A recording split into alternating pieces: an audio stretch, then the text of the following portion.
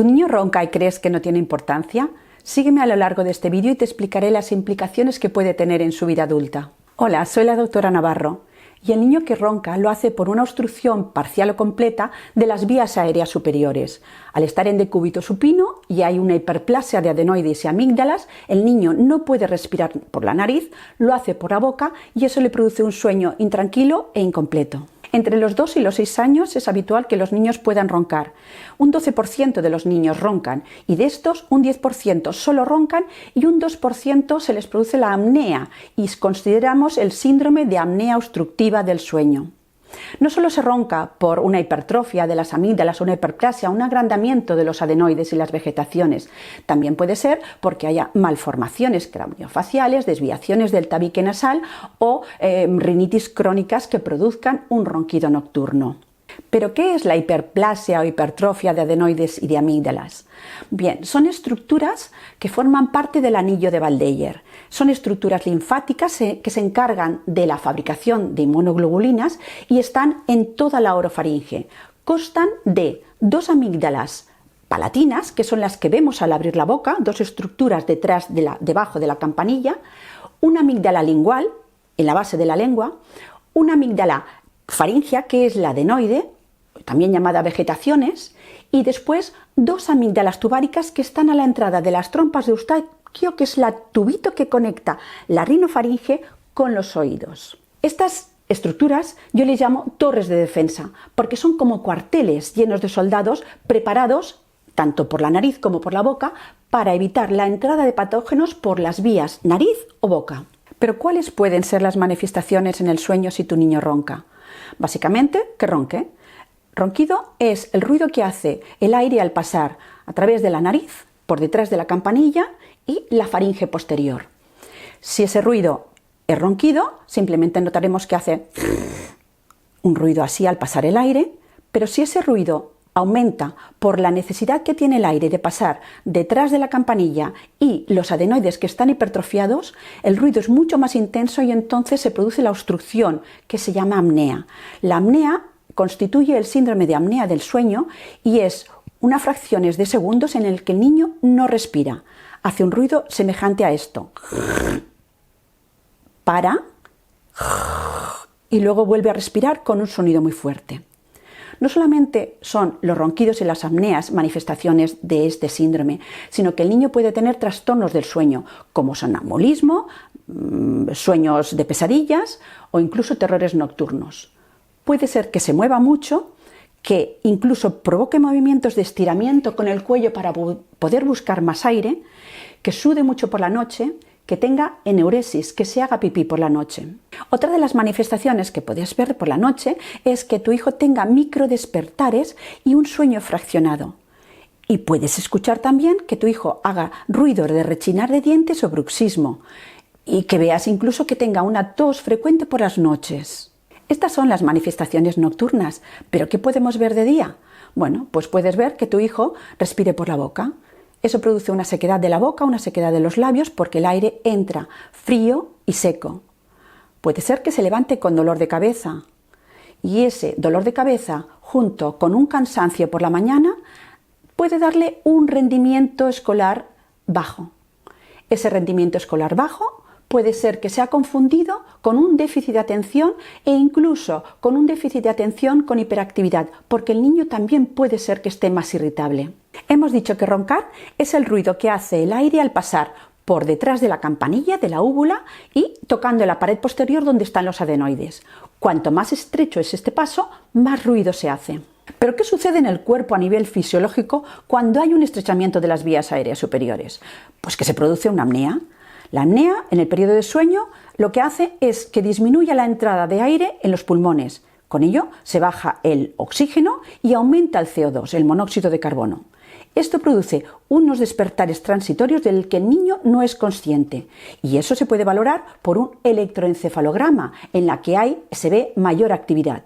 Y después de cada apnea lo que se produce es un ronquido intenso para como intentar volver a introducir más aire. ¿Qué consecuencias puede tener todo esto que hemos visto?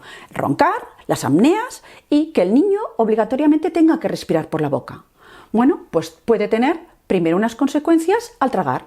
Son niños que babean, no pueden retener bien la saliva y babean tanto de noche como de día. Puede ser que tenga consecuencias también en el crecimiento. El niño se mueve mucho y hay un gasto energético por la noche. Tenemos que saber que la hormona de crecimiento se fabrica por la noche. Por lo tanto, con este sueño alterado no hay una buena fabricación de hormona del crecimiento.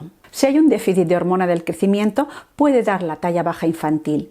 Si te interesa el tema, mírate el vídeo que te dejo en la descripción donde hablo detalladamente sobre el tema. Otra de las repercusiones que podríamos tener fisiológicas son las cardiorrespiratorias, en las que podría haber incluso bajadas de tensión, una tensión baja y consecuencias cardíacas como bradicardias y arritmias. Otra de las manifestaciones más claras y visibles que puedes notar en tu hijo son las de las alteraciones del habla. Puede haber una voz hiponasal y una voz más gangosa. La voz hiponasal es la producida por la hipertrofia de adenoides. Entonces, letras como la M, la N y la ñ no tienen la suficiente resonancia.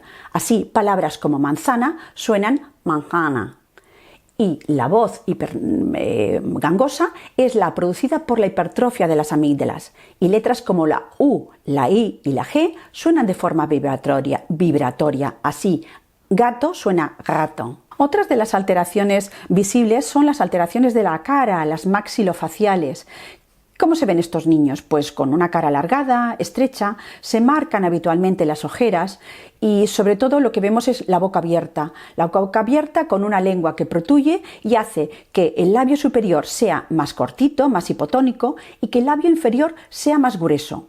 Que la lengua, al estar entre los dientes, protruya estos dientes incisivos superiores y los vemos.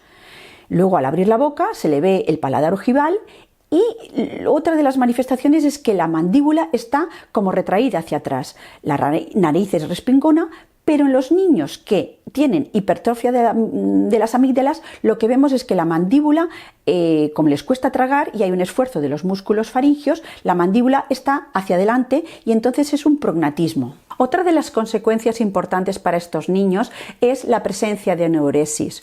Un 41% de los niños que roncan y que tienen síndromes de apnea tienen enuresis y se ha visto que después de la reducción de adenoides y de amígdalas se resuelve generalmente un 60% y un 21% se reduce la presencia de enuresis nocturna. Si queréis saber algo más sobre la enuresis, mírate el vídeo que tengo sobre la enuresis infantil. En resumen, todas estas manifestaciones y consecuencias que os he explicado del niño que ronca, así todo lo que vemos en alteraciones del habla, alteraciones en el rendimiento escolar, alteraciones en el crecimiento, enuresis infantil y que sobre todo que ronca y que tenga apneas, si las reconocéis en vuestro hijo, es importante que las vea vuestro pediatra y entonces él seguramente lo derivará a vuestro otorrino. ¿Qué hace el otorrino en la consulta con el niño? Básicamente una endoscopia, que es a través de la nariz, observa el tamaño de los adenoides. Si es necesario, se puede pedir una radiografía lateral del cráneo en la que se ve realmente el tamaño de los adenoides, pero casi no es importante esto. También se puede pedir una pulsioxiometría nocturna, que es la medición de esa saturación de oxígeno por la noche. Y si podéis, un vídeo casero de observarlo por la noche, aunque tampoco es imprescindible. Por otra parte, no solo la hipertrofia de adenoides y amígdalas es la causa del ronquido nocturno, pues también malformaciones congénitas o síndromes cromosómicos, como es el síndrome de Down, niños que tengan enfermedades neurológicas o neuromusculares, también pueden ser causa de dificultades al dormir por la noche y de roncar o no respirar bien. La presencia de la laringomalacia, que es una estructura de la laringe más gruesa en las primeras épocas del lactante y que da unos ruidos también al respirar. Luego, el que haya un reflujo gastroesofágico, que es la salida de contenido gástrico por la noche, por la posición estirada, acude ese ácido a la laringe y da microdespertares asfixiantes. Y sobre todo los niños obesos. Los niños obesos también habitualmente tienen ronquidos por la noche y dificultades en la respiración nasal. Algo que es completamente normal y de lo que tenéis que despreocuparos es la apnea del neonato lactante. Sucede en niños menores de 4 meses. Es una respiración paradójica, hay 20 segundos de respiración, 10 de paro y a veces lo pueden realizar 3 veces. totalmente normal y desaparece solo. Por último, el tratamiento. ¿Qué hay que hacer cuando hay hipertrofia de adenoides y amígdalas? Básicamente es un tratamiento quirúrgico. El otorrino lo que hace es una extirpación de las amígdalas. Esta puede ser una extirpación total del tejido de adenoides y de amígdalas, y esto es lo que se hacía antes. Es una operación dolorosa, deja dolor porque se extirpa casi todo, y esto únicamente se realiza en los niños que, además de hipertrofia de adenoides, tienen infecciones de repetición. Pero actualmente lo que se hace es una reducción, bien con radiofrecuencia, con láser o con coblator. La radiofrecuencia lo que hace es quemar el tejido y lo necrosa. Se recupera en unas semanas, no es doloroso. El inconveniente es que puede reproducirse al cabo de los años ese tejido linfoideo. La técnica más adecuada es la del láser. El láser, el resultado es inmediato. Esa misma noche podemos ver el resultado en que el niño ya respira bien. Evidentemente no es doloroso.